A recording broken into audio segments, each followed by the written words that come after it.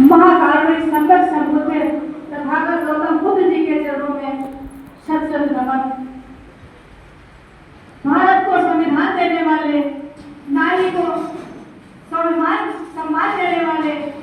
गांधी को जीवन दान देने वाले और गूंगे बहरों को जुबान देने वाले परम पूज्य बोध संत बाबा साहब डॉक्टर भीमराव अम्बेडकर जी को शत शत नमन। शत शत नमन महात्मा ज्योतिबा फुले और माता सावित्रीबाई जी को, जिन्होंने ताउम्र खुद को समर्पित करके और हम लोगों को शिक्षा का हक अधिकार देकर के आज इस लायक, इस दंपति ने हमको इस लायक बुलाया है, बनाया है कि आज हम इस मंच पे खड़े होकर के अपनी बात कहने के लायक हुए हैं। और हमारे सभी महापुरुषों को नमन करती हूँ संत रविदास जी को, संत कबीरदास जी को, संत गाडगे जी को, जिन्होंने अपनों को और अपने को पूरी उम्र दांव पर लगा करके समाज को आगे दिशा देने का काम किया है। और नमन करते हुए मानवर कांशीराम साहब को, जिन्होंने हमें राजनीति के क्षेत्र में भी पार्टी और हमारी सरकार बना करके हम और हमारे पूरे समाज को गौरवान्वित किया है। आप सभी को आज यहाँ पर ज्योतिबा फुले, राष्ट्रपिता ज्योतिबा फुले की जयंती की हार्दिक हार्दिक शुभकामनाएं, मंगल कामनाएं। आज हम सब यहाँ पर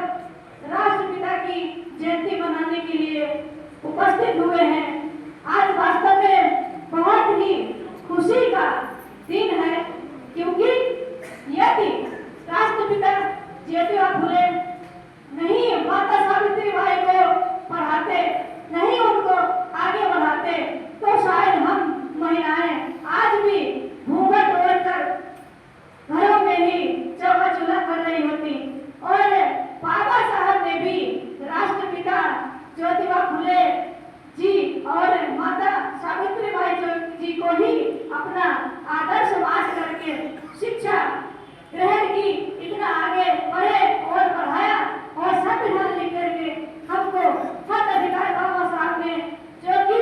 हमारे राष्ट्रपिता ने ही पहली कोशिश की थी और लिखित में वही हमें बाबा साहब अम्बेडकर ने दिया। तो इसलिए हम अपने महापुरुषों के ऋणी हैं हमेशा, और हमें चाहिए हम कहीं भी किसी भी संगठन में रहें, किसी भी जोन में हो,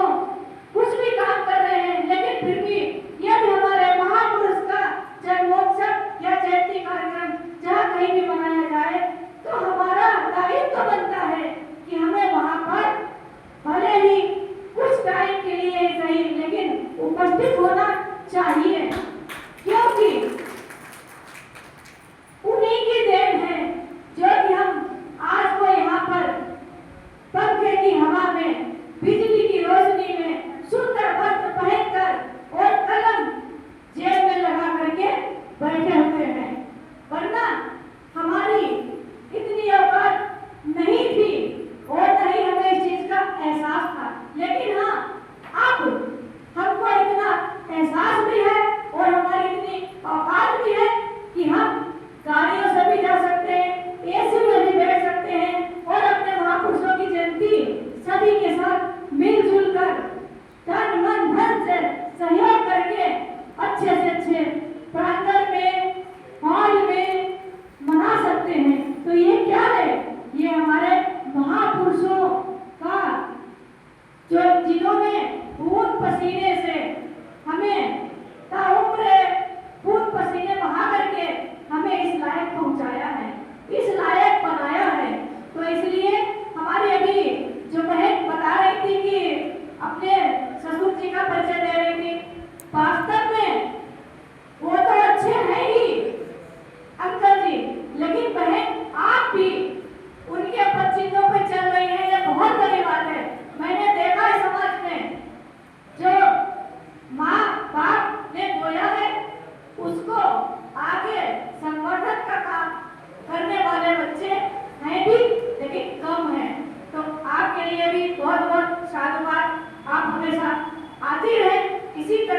अपने विचार रखती रहे और महापुरुषों के अपने महापुरुषों के कारवा को आगे बढ़ाने में सहयोग करती रहे। आप सभी आए हुए धर्मवान भाइयों को और बाबा साहब के विषादी सिपाहियों को जय भीम। आप लोगों को एक बार जोरदार महात्मा ज्योतिबा फुले जी की जय हो, महात्मा ज्योतिबा फुले जी की जय हो, राष्ट्रपिता ज्योतिबा फुले जी की जय हो, माता सावित्रीबाई जी की जय हो, माता सावित्रीबाई जी की जय हो। जब तक सूरज चांद रहेगा बाबा का नाम जब रहेगा, तक सूरज चांद रहेगा बाबा साहब का नाम रहेगा। सागर में है पानी अमर रहेगी भीम कहानी, सागर में है पानी। अमर रहेगी भीम कहानी। राष्ट्रपिता ने हमेशा शिक्षा को महत्व दिया है। क्यों? क्योंकि शिक्षित व्यक्ति ही अच्छाई, सच्चाई, सही और गलत का निर्णय ले सकता है। वो अपने हक अधिकार की बात कर सकता है, दूसरे को भी बता सकता है कि नहीं ऐसा नहीं, आपको इस रास्ते पे चलना चाहिए, आपको ये नहीं ये काम करना चाहिए। तो इसलिए राष्ट्रपिता ज्योतिबा फुले ने जब सावित्रीबाई माता को पढ़ना शुरू किया था, बहुत ही कम उम्र की थी वो, लेकिन फिर भी उस समय पर उन्होंने इतना कुछ कर लिया है। और आजकल हमारी बहनें हैं वो तो हैं, लेकिन आप सबकी भी जिम्मेदारी बनती है कि हमारी बहनों को आगे बढ़ाएं और इनसे प्रेरणा लें कि उस समय इतने अंधविश्वास में, इतने पाखंडवाद में, इतने समाज में गंदी मानसिकता के लोगों के बीच में जब राष्ट्रपिता ज्योतिबा फुले अपनी पत्नी को अपने पिता से विद्रोह करके, समाज से विद्रोह करके, गांव से विद्रोह करके और इतना आगे बढ़ा सकते हैं, तो इस समय तो हम आप सभी को